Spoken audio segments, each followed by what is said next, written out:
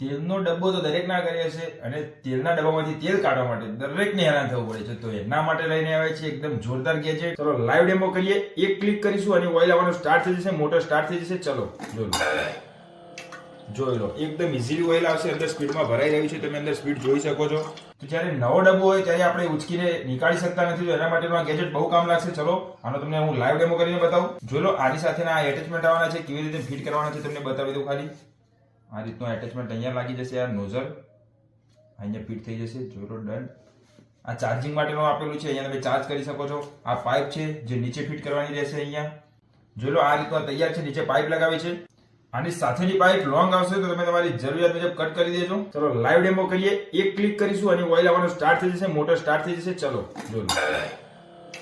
જોઈ લો એકદમ easily oil આવશે, અંદર સ્પીડમાં ભરાઈ રહ્યું છે, તમે અંદર સ્પીડ જોઈ શકો છો. આનાથી કોઈ પણ ટાઈપનું અહીંયા જે તમે જોઈ શકો છો બગડેલું છે, આ રીતનું બહાર